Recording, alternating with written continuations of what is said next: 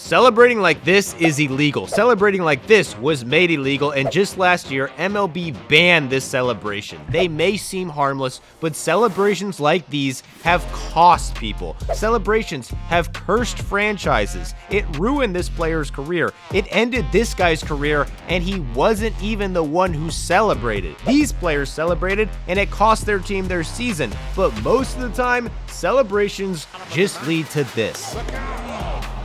Oh, that got him. And Bryce Harper wants a piece of Hunter Strickland. Celebrations come at a cost in baseball. It's usually a fastball at your ribs, and that's if you're lucky. From 1909 to 1920, 4 minor league players died after getting hit in the head with pitches. Nolan Ryan hit 158 batters in his career, the 15th most ever. Admitted many of them were on purpose and was only ejected once. He once nailed Robin Ventura on purpose, put him in a headlock, then beat him repeatedly, and didn't even get ejected. He stayed and pitched the rest of the game. This kind of stuff has been accepted throughout baseball history. David Palmer once had a problem with Gary Carter because he did a curtain call. He thought a curtain call was unwarranted and braggadocious. For payback, he hit Darryl Strawberry with a pitch. Strawberry wasn't even the one who did the celebration. He got pissed, charged the mound, a clash occurred between 2 entire teams,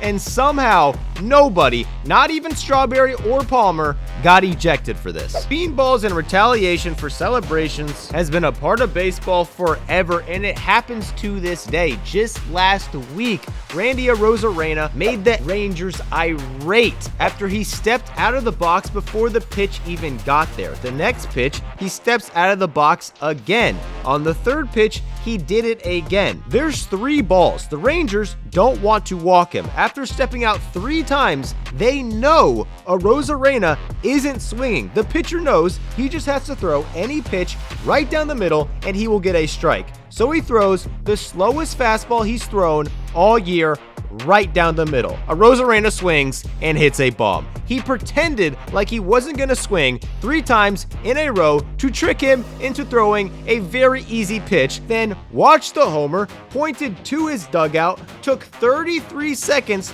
to round the bases. As the Rangers chirped him the entire time, the catcher had words with him and he proceeded to pull off a 360 directly in his face. And predictably, the next time he came to the plate, the Rangers nailed him with a pitch. Arozarena calmed down his bench, avoiding further consequences, but Bryce Harper didn't do that, and his celebration ended up ending a player's career. In 2014, Bryce Harper hits this bomb off Hunter Strickland in the playoffs. A few days later, he hit another bomb off Strickland, who got mad at Harper for standing too long in the box. Strickland said something to Harper. Harper looked at him a little, then when he got to the dugout, started yelling at him. This was such a big deal for Strickland that the next time they faced each other, 3 years later, he still wanted revenge. He threw at Harper. Harper charged the mound, threw his helmet, threw punches, and everyone went crazy. Harper paid for this celebration by getting hit, but the biggest casualty was Michael Morse, his former teammate who was on the Giants at the time.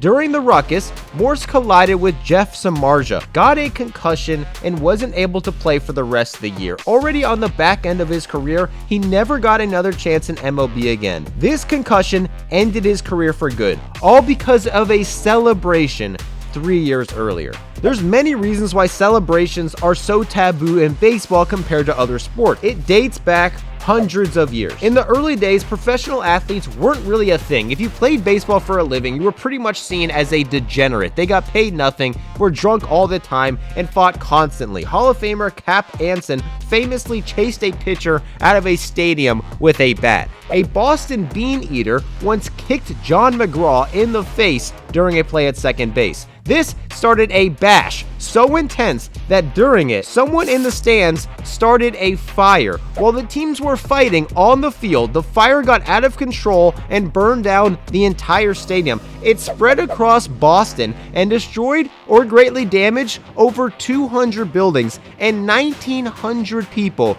were left homeless. To this day, this is one of the biggest fires in Boston history. In the late 1800s, an umpire once broke a player's arm after hitting him with a bat during a game.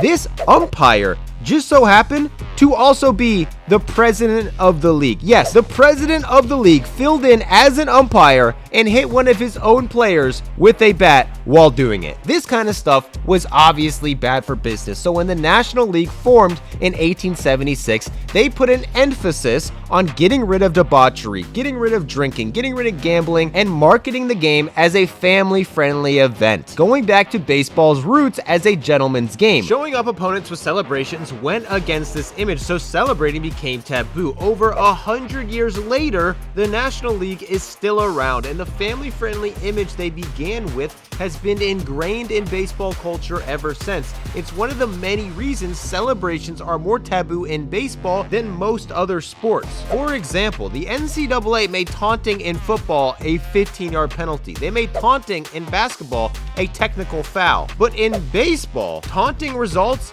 in an automatic ejection, and that means celebrating towards an opponent, celebrating towards an umpire, or even a bat flip is banned in college baseball. Yes, in the year 2024, college baseball banned bat flips. These players all got ejected for doing this, but nobody paid a bigger price than this kid. In a conference rivalry game, up by 3, the Gators brought in their closer. The bases are loaded with 2 outs. This is the biggest out of the game. He strikes out the batter to get out of the jam, got excited, yells towards the other team's dugout, then puts his head down, starts walking back into the dugout, knowing he also has to pitch the 9th inning. Except he doesn't pitch the 9th inning because he got ejected for this. Luckily, they didn't really need him at the time. They hit a home run the next inning, pulled away even further, and mocked the umpires by doing an anti-celebration going into the dugout. Unfortunately, this pitcher also got suspended for this celebration. Couldn't play for 4 games and missed the biggest series of the year to that point.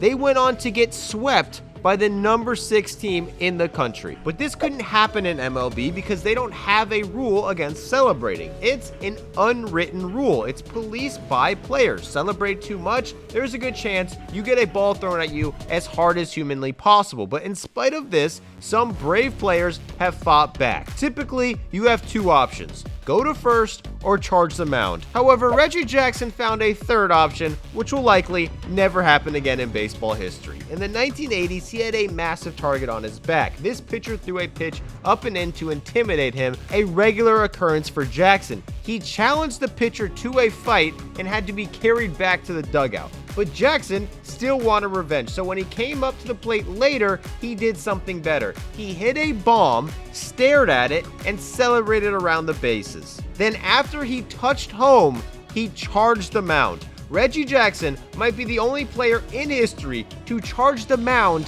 after hitting a home run. Jackson got a cut under his eye and was ejected for fighting against the unwritten rules. These are rules that aren't in the rule book but are still enforced in other ways. Players used to not be able to bring their wives on the road. The Diamondbacks had an unwritten rule that allowed certain players to use the team's best bathroom. If you had less than 3 years of MLB experience, you had to use the team's bad bathroom. And unbeknownst to the Dodgers, there was even an unwritten rule against bubbles. But before we get to that, did you know there used to be an unwritten rule that banned how much lunch a player could eat? Eating too much lunch would result in a player having to run until they puke. But that was before they invented Factor. Now players don't have to worry about it as much. This meal service delivers healthy, fresh meals directly to your door. Baseball players in the 1800s would have literally killed for this, but you don't have to. You're lucky enough to live in a time with the ability to get gourmet chef-prepared, never frozen meals that can be prepared in as little as 2 minutes, brought directly to your doorstep. You have a finite amount of time on earth, guys. Most of us don't want to waste it cooking, cleaning, and spending hours in a shopping market, especially when you can just take 2 minutes to cook pretty much anything you want. They have over 35 meals to choose from per week. They have calorie smart meals, keto meals, protein plus meals, vegan and veggie options, not to mention the 60 plus available add-ons every week like breakfast, on-the-go lunch, snacks, and beverages. Your favorite food is probably on Factor. I would know because they've been one of the channel's longest running sponsors. I've been eating this stuff for well over a year and it not only tastes amazing, it's affordable. And right now with this deal, still, it's more affordable than ever. Just head to factor75.com or click the link below and use code BaseballDoesn't50 to get 50% off your first Factor box. You not only get that, you also get 20% off your next month of orders. That's code BaseballDoesn't50 at factor75.com to get 50% off your first box plus 20% off your next month of orders. Do it right now. In 2013, the Dodgers had a plan. They would win a World Series and immediately after have a foam party. Unfortunately, they lost, so the foam party was canceled, but Andre Ethier was really looking forward to the foam party, so he suggested the Dodgers get the next best thing. For months, he requested that the team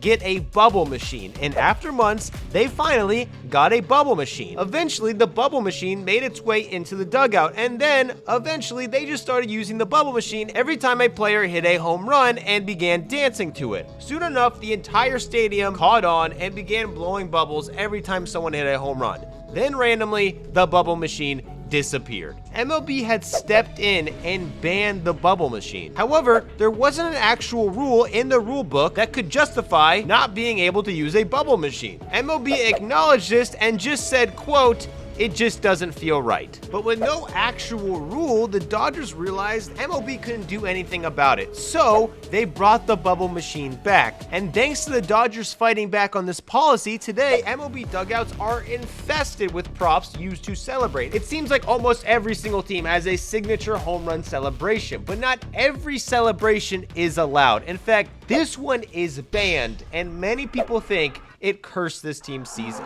In 2013, the Orioles started pieing people. After walk-offs and post-game interviews, they even pied their own fans after clinching the division in 2014. Adam Jones would pie mascots. A local pie company even began sending them real pies to use on the field. This seemed like harmless fun until 2015, when after a go-ahead two-run homer, Steve Pearce got to do a post-game interview, was pied in the face, and injured his lips. The Orioles found out about this and decided the pies were too risky. That offseason, they banned the team from doing it.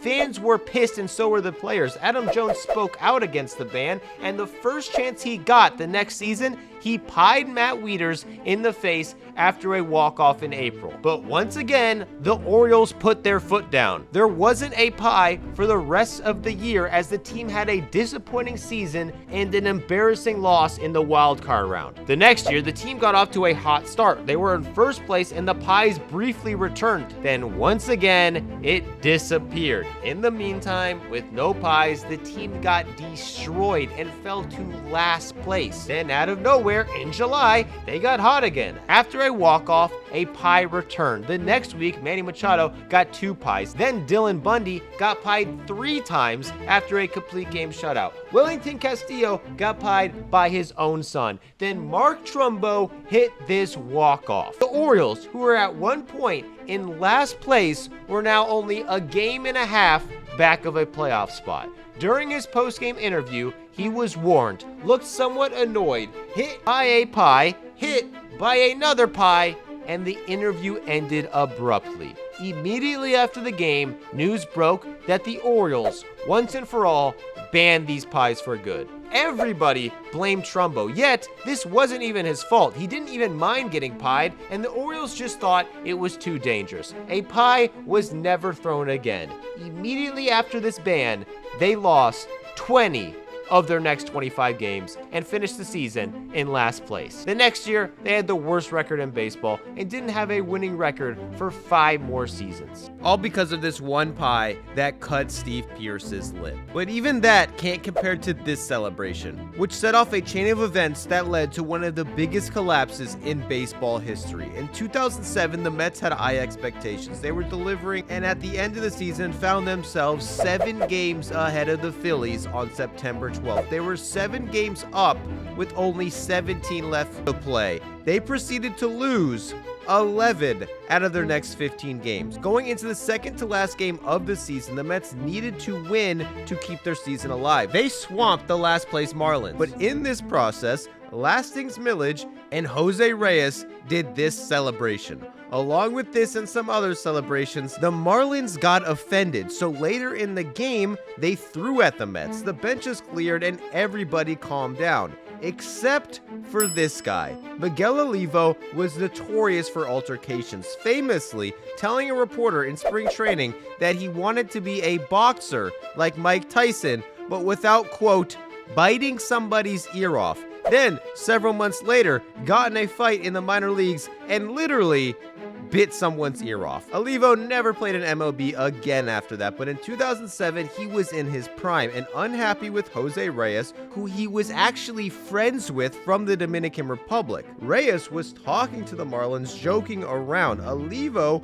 didn't think it was funny, charged him, and started an all-out clash. This is happening the day before the last game of the season. A game that if the Mets lose would seal one of the biggest collapses in history. It should be an easy win. They're playing a last place team on the last day of a season. A team like this would typically just want the season to end. But because of this beef, the Marlins were extremely motivated. They hated the Mets and say this fired them up. So in the very last game of the season, in the very first inning, they scored 7 runs against future Hall of Famer Tom Glavine. Literally the worst start of his career. The Mets stranded 8 runners in 3 innings and ended up getting smoked 8-1 to seal the end of their season. And this small celebration may have made all the difference. Back then, anything like this could set a team off. This guy celebrated a homer, got thrown at, and kicked a catcher in the stomach. A few years later, Prince Fielder debuted one of the coolest walk-off celebrations ever.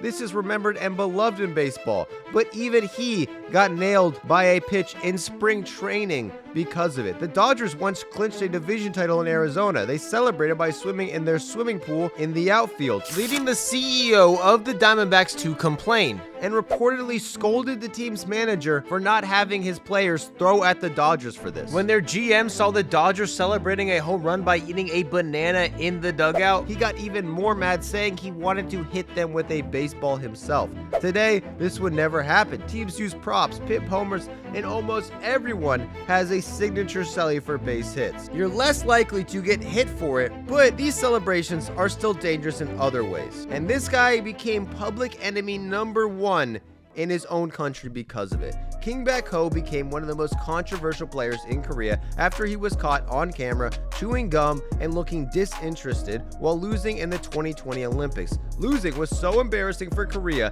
that this was national news. So leading up to the WBC, Korea and King Bak-ho were determined to fix their image. The team fell behind in their first game and needed a rally. And in the 7th, when the team needed him most, King Bak-ho hit a clutch double, celebrated, came off the bag by an inch, and was tagged out. The next batter got a hit that would have scored King Bak-ho if he hadn't got out at second, and since Korea ended up losing by 1 run, that was the difference. To make matters worse, Korea ended up not making out of pool play. If they would have won this game, they would have made it out of pool play, meaning that this inch might have literally cost them the WBC. King Bak-ho, who was already controversial in Korea before this, was blamed, has received non-stop criticism, ridicule, and hate mail ever since, all because of this celebration, making it perhaps the costliest celebration of all time.